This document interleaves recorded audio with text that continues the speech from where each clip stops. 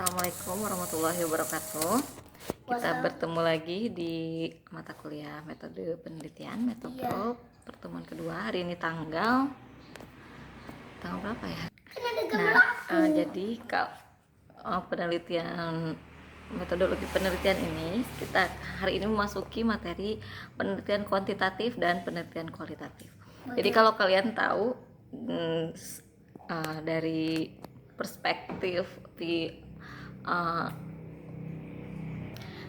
perspektif filsafat penelitian. Jadi kalau penelitian itu dari zaman dulu ke sekarang kan pasti mengalami perubahan-perubahan, mengalami perbedaan, bisa disebut kemajuan atau perubahan pola pikir. Nah, zaman dulu itu yang terkenal kan kalian tentu tahu ya, kalau pada masa dahulu itu disebut dengan masa positivisme.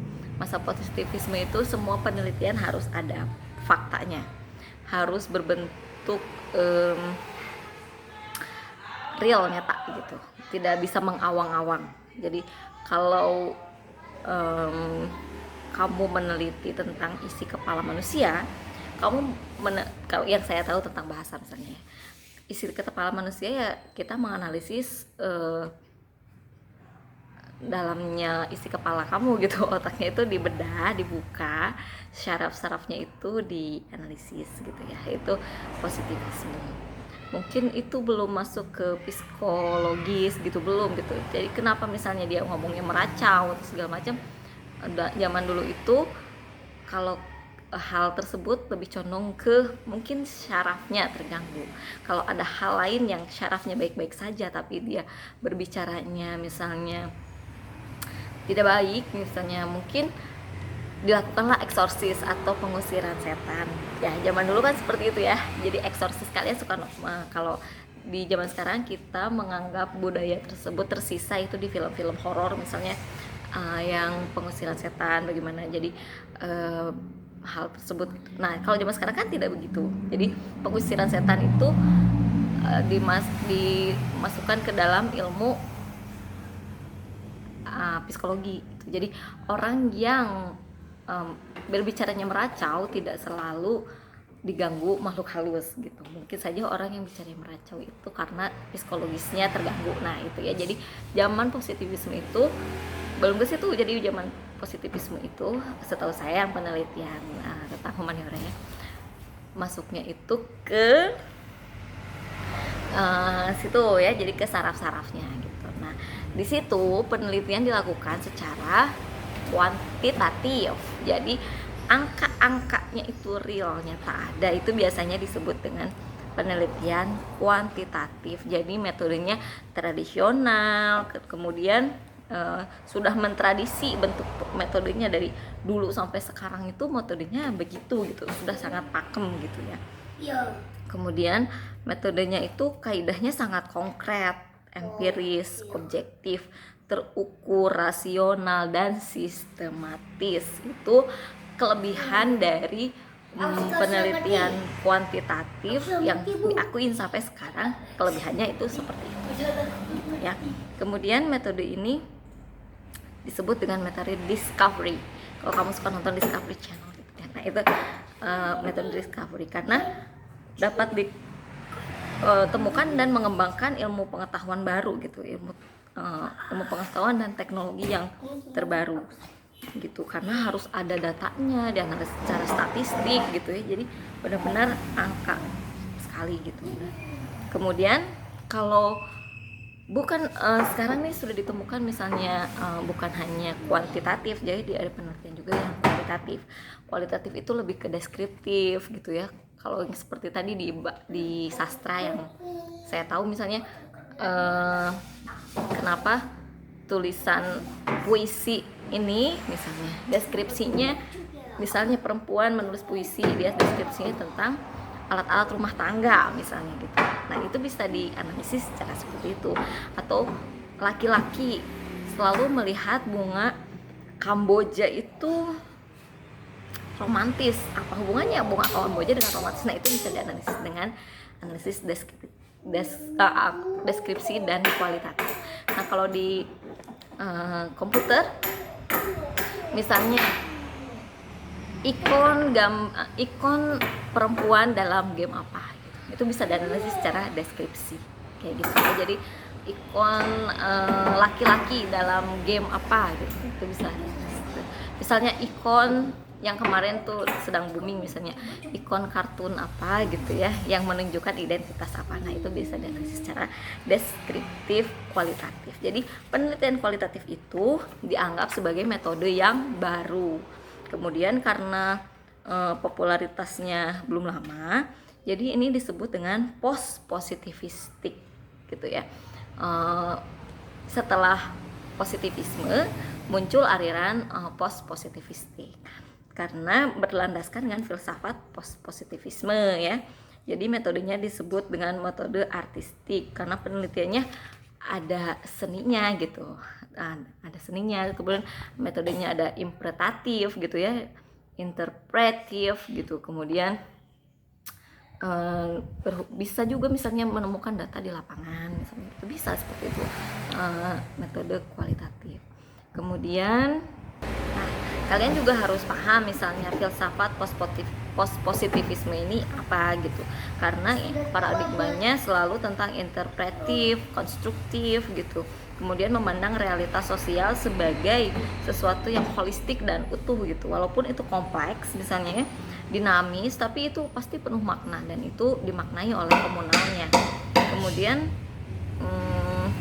hubungan gejala interaktifnya bagaimana gitu ya, hubungan secara alamiahnya gimana, kemudian objek yang alamiah berkembangnya itu seperti apa adanya, jangan ditambahkan, jangan dikurangkan, memang seperti itu seharusnya ada gitu ya. Misalnya bisa menganalisis laki-laki suka memilih char perempuan atau perempuan suka memilih char laki-laki saat bermain game online misalnya. Nah itu bisa dianalisis menggunakan penelitian kualitatif seperti itu. Jadi perbedaan metode kualitatif dan kuantitatif, perbedaan secara kata sudah beda. Aksioma kualitas dan aksioma kuantitas. Kuantitas itu kan kuantitas itu ukurannya sangat subjektif. Kalau kuantitas ukurannya bisa diukur, makanya mereka apalagi penelitian kamu biasanya diarahkan pada kuantitatif supaya lebih terukur, terarah gitu ya. Jadi seperti itu. Perbandingan dalam proses penelitiannya. Tadi prosesnya seperti tadi pengumpulan data di lapangan atau pengumpulan datanya di lab komputer misalnya gitu. Kemudian perbedaan dalam karakteristik penelitian seperti itu ya. Kemudian gimana sih Bu misalnya hubungan antara peneliti dengan objek penelitiannya gitu, apa bedanya antara penelitian kuantitatif dan penelitian kualitatif? Kalau penelitian kuantitatif hubungannya selalu sebab akibat ya, X Y, dari X menjadi Y atau dari Y menjadi Z gitu. Jadi itu pasti jelas gitu ya, sebabnya apa, akibatnya apa. Kalau hipotesisnya kamu apa kira-kira gitu ya, itu biasanya tidak terlalu jauh gitu melesatnya gitu dari hipotesis kamu di awal penelitian. Sedangkan kalau dalam penelitian kualitatif itu hubungannya timbal balik atau interaksi. Jadi antara X dan Y itu bisa saling bertimbal balik, kemudian mungkin bisa menghasilkan Z gitu. Jadi bukan hanya dari sini ke sini. Kalau kamu misalnya membuat jaringan, asalnya tidak ada jaringan, kamu membuat jaringan menjadi ada, sudah gitu ya. Nah kalau di kualitatif bukan hanya itu, misalnya laki-laki tidak selalu memilih char game laki-laki, tapi bisa jadi laki-laki memilih char game perempuan, misalnya ikon perempuan. Perempuan juga tidak selalu memilih char ikon apa itu sih, ikon game perempuan lagi. Misalnya perempuan ada yang suka saya terlihat gagah gitu dengan memilih char ikon laki-laki misalnya di game itu gitu ya. Jadi hal seperti itu yang nanti menghasilkan Z. Z itu yang sering disebut dengan, kalau dalam ini tuh Z-nya itu misalnya istilah yang laki-laki menggunakan char perempuan itu apa ya, ada istilahnya hode misalnya. Istilahnya dulu zaman tahun 2000 sekian gitu, istilahnya itu hode. Jadi ho ID gitu ya, ho titik titik ID di hode. Kalau zaman sekarang saya kurang mengikuti ya jam istilah untuk laki-laki yang suka memilih char atau ikon perempuan sebagai identitas gamenya gitu. Kalau dulu sebutnya hode, ho titik titik ID hode. Kalau misalnya yang sekarang mungkin wibu mungkin atau apa gitu ya, seperti jadi Z-nya itu menghasilkan sesuatu seperti itu. Kemungkinan generalisasi atau kesimpulan di penelitian cenderung membuat generalisasi kalau di penelitian kuantitatif, karena kita tidak bisa ini sudah pasti benar atau salah gitu ya dalam penelitian kuantitatif itu. Jadi bisa dari waktu ke waktu ditanda bisa masih terpakai gitu sampai ke sekarang. Misalnya perbedaan change zaman dulu dengan sekarang misalnya berbeda gitu. Nah itu bisa tetap penelitian itu bisa. Makanya kalau misalnya yang saya ketahui nih penelitian tentang sastra, misal saya orang Sunda, kalau saya meneliti tentang Sunda, walaupun saya sebebas nilai apapun, orang akan menilai saya selalu mengagung-agungkan nilai Sunda, walaupun kenyataannya tidak terlalu begitu misalnya gitu ya. Saya memang sangat menghargai, mencintai gitu nilai-nilai kearifan lokal yang saya tahu sejak saya kecil gitu. Jadi saya sangat menghargai itu gitu. Walaupun hal itu belum terbukti secara ilmiah, tapi saya mencoba membuktikannya secara ilmiah gitu. Pasti begitu ya. Nah, jadi ada yang mungkin saya tidak bebas nilai gitu. Mungkin walaupun itu negatif, saya akan tetap menciptakannya positif. Nah, itu maksudnya tidak bebas nilai gitu. Sedang kalau saya meneliti tentang budaya Bali misalnya, orang melihat saya akan netral karena saya tidak hidup sejak kecil di lingkungan Bali. Saya tidak paham gitu tentang seluk-beluk Bali, tapi saya belajar tentang itu. Jadi orang akan melihat saya bahwa saya benar-benar melihat Bali tentang budayanya gitu, bukan tentang tidak tersangkut paut dengan latar belakang saya gitu, tidak ini. Jadi saya akan melihat budaya Bali, A ya A, B ya B gitu, seperti itu ya. Menerangkan tentang cara mereka melihat falsafah hidup ya saya terangkan begitu gitu, tidak memberi penilaian gitu. Jadi menjelaskan saja apa yang dilakukan gitu. Kalau misalnya saya membahas Sunda, pasti orang sebelum membaca melihat wajah saya saja, melihat gaya bicara saya sudah pasti Sunda menurut dia mah bagus gitu ya. Jadi itu maksudnya yang tidak bebas nilai, karena saya akan terus dianggap tidak netral. Tapi kalau saya menganalisis budaya yang lain, saya akan setidaknya dianggap netral. Dan kalaupun saya melihat itu baik, berarti menurut pemikiran saya itu baik. Kalau menurut saya itu memberikan kita jalan cara memaknai hidup yang lain gitu, itulah hasil bacaannya gitu, itulah hasil dari banyak metodologi landasan ilmiah dan penelitian yang saya lakukan seperti itu ya. Jadi kamu kalau meneliti tentang komputer misalnya sistem, kenapa misalnya nanti tampilan di layarnya itu backflashnya itu misalnya warna pink, misalnya warna biru, warna apa gitu, itu mungkin bisa dianalisis pemilihannya seperti itu. Jadi misalnya kalau penelitian kuantitatif tentang mobil itu kan interpretif ya, kalau kuantitatif itu. Jadi kamu melihat mobil itu secara parsial dari segi depan, belakang, mesin, body, itu kan beda ya. Body dan mesin itu sesuatu yang beda. Jadi kamu bisa menganalisis body dan mesin. Nah, kalau kualitatif kamu tidak hanya melihat itu, tapi kamu melihat juga mereknya.